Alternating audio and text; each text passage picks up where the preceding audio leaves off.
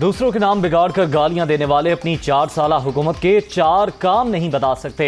क्या पंजाब की अवाम इन्हें लूट मार के लिए वोट दें? कौम की उम्मीदें नहीं टूटने देंगे। नून लीग ही मुल्क को बहरानों से निकालेगी।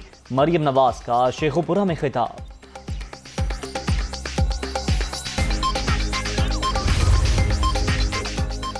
वज़ीर आज़म पाकिस्तान और यूएई के सदर शेख मोहम्मद बिन ज़ायद अल नहयान का टेलीफोनिक राबता, बाहमी दिलचस्पी के उमूर पर तबादला ख्याल।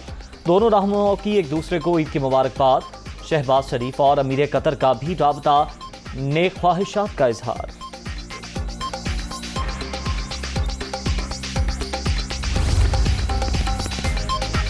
और पंजाब के ज़िमनी इलेक्शन, मुल्क के मुस्तकबिल का फैसला, चाहे धांधली के बजाय धांधला हो जाए, एक एक लोटे को शिकस्त देंगे। इमरान खान का चीफ इलेक्शन कमिश्नर पर जानिबदारी का इल्जाम।